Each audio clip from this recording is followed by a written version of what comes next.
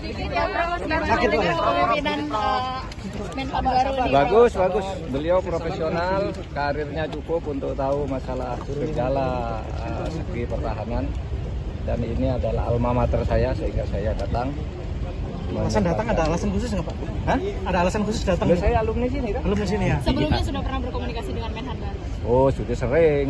Jadi yang khusus sekarang enggak. Tapi sudah sering, udah kenal lama dengan Pak. Pak Mahfud juga Kemarin muncul pasangan sebelah apa ya Pak?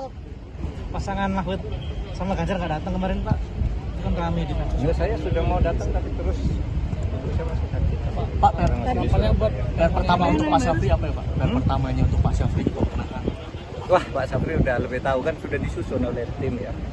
Tim pemerintahan Pak Prabowo. Saya kira banyak lah.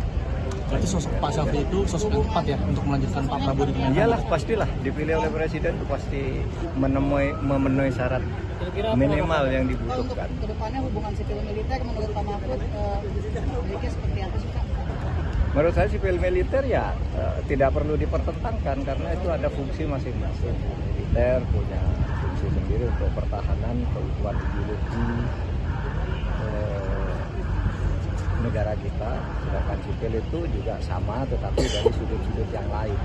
Pak Mahfud, kekhawatiran soal duifungsi di masyarakat itu perlu dikhawatirkan nggak fungsi TNI saat ini dan ke depan? Kalau saya sih tidak pernah berpikir itu ya, sebelum belum melihat gambaran daruratnya itu. Tapi kan sudah ada Pak bahwa ajudan prajurit TNI aktif yang sekarang dijadikan menempati jabatan sipil sebagai sekretaris kabinet.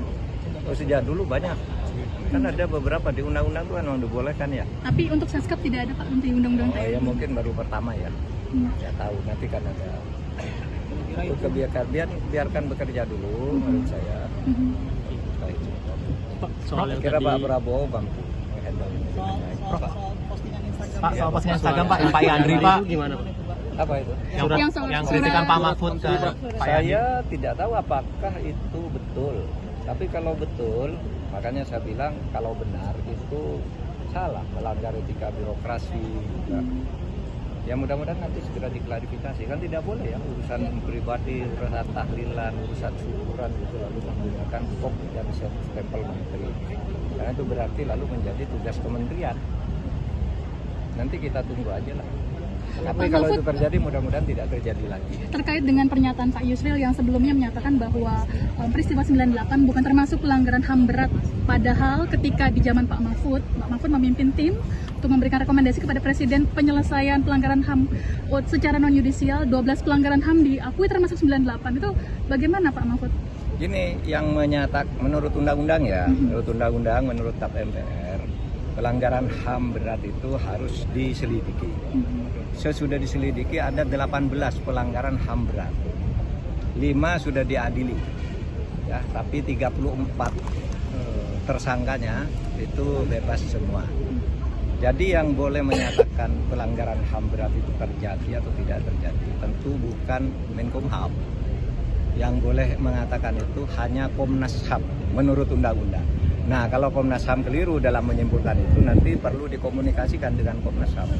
Oleh sebab itu waktu saya dulu, karena menurut undang-undang yang menentukan pelanggaran HAM berat itu adalah Komnas HAM, maka apa yang ditetapkan oleh Komnas HAM kita laksanakan seperti yang 12 yang sudah diakui oleh Presiden dan diapresiasi oleh PBB, karena itu ditetapkan oleh lembaga yang menurut undang-undang berwenang menetapkan. Sebaliknya yang dipaksakan disuruh jadikan pelanggaran HAM berat, padahal menurut Komnas HAM tidak, itu saya Menko Polhukam menganggap tidak ada. Misalnya kasus KM 50, ya kan itu didesakkan oleh Pak Amin Rais dan sebagainya supaya itu ditetapkan pelanggaran HAM berat. Saya bilang ya bilang dong Komnas HAM. Kalau Komnas HAM bilang begitu kita laksanakan. Kasus Kanjuruhan yang menewaskan 156 orang, itu kan diminta agar dijadikan kasus pelanggaran HAM berat. Saya bilang Komnas HAM tidak bilang begitu, itu kejahatan. Beda antara pelanggaran HAM berat dan kejahatan. Kejahatan berat korbannya bisa 200 orang, pelanggaran HAM berat itu bisa 2 orang bisa. Karena yang ditentukan itu subjek pelakunya dan korbannya serta bukti-buktinya. So far mungkin Pak Yusril agak masuk akal ketika berpikir selama ini pelanggaran HAM berat itu tidak pernah bisa dibuktikan. Nah itu aja masalahnya. Oleh sebab itu kalau waktu saya tidak menutup kasus itu, tetapi ya sudah ditetapkan oleh Komnas HAM, diakui saja. Tapi kita tidak pernah minta maaf kepada siapapun. Wah, itu kan kesalahan pemerintah yang lalu-lalu yang sudah ditindak. Gitu ya, cukup ya. Terima kasih. Saat menangkap, mengumpulkan, dan mengolah peristiwa, menandatangani secara paksa oleh penyidik. kami kerahkan upaya terbaik. Ketika menyampaikan berita serta informasi, kami tak sekadar menyapa.